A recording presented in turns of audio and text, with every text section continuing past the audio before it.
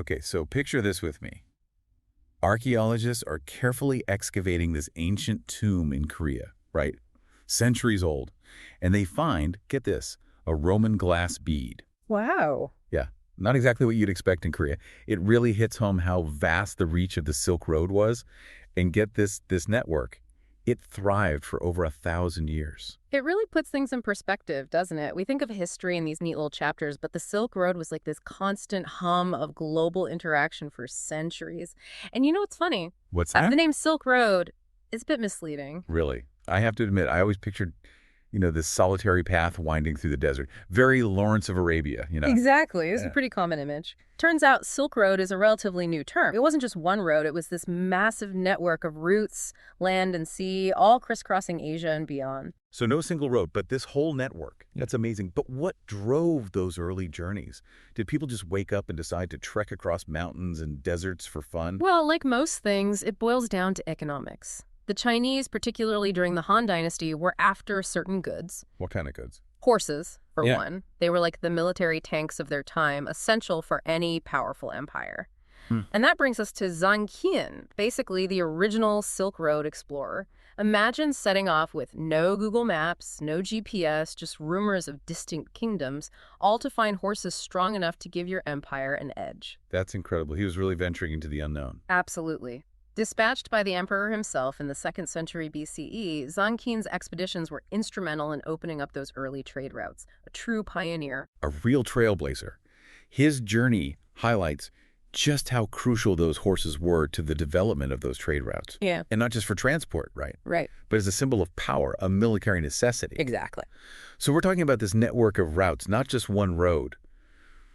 If we were going to retrace those steps today, where would we even end up? What do these routes actually look like? Okay, so picture a map, right? But instead of one line, you have this intricate web spreading out all across the continent. There were 3 major land routes, the northern, southern, and southwestern routes. The 3. Yeah, each one with its own unique landscapes and challenges, of course. Okay, hold on. You mentioned the southern route. That's one that went through the Karakoram Mountains, right? Yeah. Those are seriously high peaks, aren't they? Oh, yeah. And wait, the southwestern route? That passed through what's now Bangladesh. I never realized the Silk Road went that far south. You're right to be impressed by those mountains. The Karakoram peaks, they soar over 20,000 feet. Wow. Some of the highest in the world.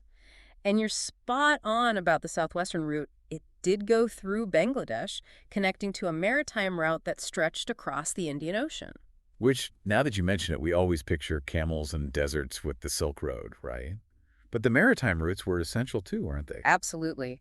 Arguably even more important for trade, when you think about it. How so? Well, ships, they could carry way more than any caravan, no matter how large. They were economic powerhouses.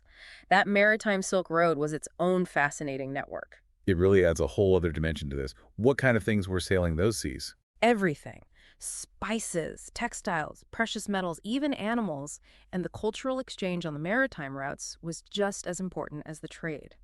The spread of Islam, for example, hugely influenced by those seafaring traders. I can only imagine. It's incredible how interconnected it all was, even back then. Oh, and even before empires like the Tang Dynasty in China, we have Austronesian sailors navigating those waters. Yeah. Real trailblazers, centuries before the Silk Road hit its peak. It's amazing to think about those early sailors navigating by the stars with all that cargo, those distances, really makes you realize how connected the world already was.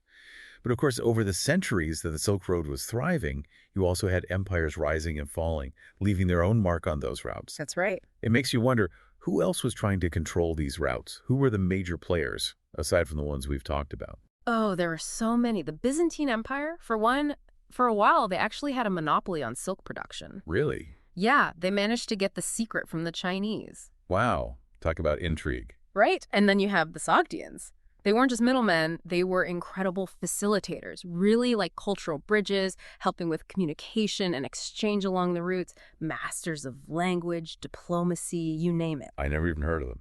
And of course, you can't talk about the Silk Road without mentioning the Mongols. Right. They get a bad rap, but under their rule, the Silk Road actually had some stability.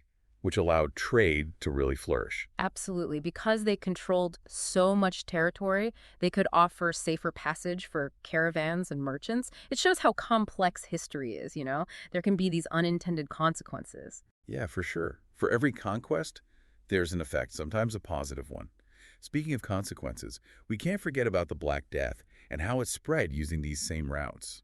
It's true. It's a good reminder that even with all the good that came from the Silk Road, those same connections could come at a cost. The plague, spreading like wildfire along the same paths as those silks and spices. Devastating. It really puts things into perspective. And that brings us to something I find really fascinating. The Silk Road wasn't just about goods and empires, right? It was a path for something way bigger. Ideas, beliefs, art. Absolutely. We had all these different schools of thought flowing along those routes. We have evidence of religions like Buddhism, Christianity, Islam, all spreading far and wide and changing the societies they encountered along the way. It's pretty remarkable when you think about it. Imagine those early Buddhist monks traveling all the way from India to China. They weren't just bringing texts, they were bringing a completely different way of thinking to the East. Exactly. And you even have tangible evidence of this exchange. Have you heard of the Nestorian still? I can't say I have. So it's this incredible monument in China, dates back to the 8th century, and it has inscriptions in both Chinese and Syriac script. Wow. And it actually documents the existence of a whole Christian community in China, all thanks to those Silk Road connections. That's incredible. This physical proof of just how interconnected everything was. And it wasn't just monks spreading these ideas either, right? Oh, right. You had merchants, pilgrims, diplomats, all playing their part in this huge exchange, bringing their own beliefs and stories to every corner of the Silk Road. And speaking of stories, we've talked about silk as this commodity, but it was much more than just fabric, right? Absolutely. It was fashion, it was art, it was even currency. Silk took on this almost mythical quality. It represented wealth, status, even artistic expression. Just look at the patterns and designs in some of those ancient silks. They're like visual stories. It's true, you can really get a sense of the different cultures. Right, and the colors, those pigments. Think about the lapis lazuli trade, that deep blue stone, mined in what's now Afghanistan. It was so valuable. It's really amazing to think about how something that seems so simple, a trade route, could have such a huge impact on the world. The Silk Road wasn't just a road, it was this network that really shaped our history, connecting cultures, economies, spreading ideas across continents. Yeah, it makes For our listeners who've been on this journey with us, what's next? Where can they go to learn more? Any books or documentaries you'd suggest? definitely. The Silk Roads, A New History of the World by Peter Frangipan is a great read. And if you want something visual, there's the BBC documentary series just called Silk Road. Fantastic. I'll have to check those out myself. One last question before we wrap up. Imagine we could time travel to the Silk Road. What do you think would be like our modern day silk? What would be the most sought after thing today? That's a great question. Probably not fabric, though I'm sure designer clothes would still be a hit. Maybe something like advanced tech, renewable energy, or even new medical discoveries. Things that are important to us today, things that hold the promise of a better future. Whatever it is, it would reflect our values, our hopes, our interconnectedness, just like silk did all those centuries ago. It really makes you think. That's all the time we have for today's deep dive. Thanks for listening.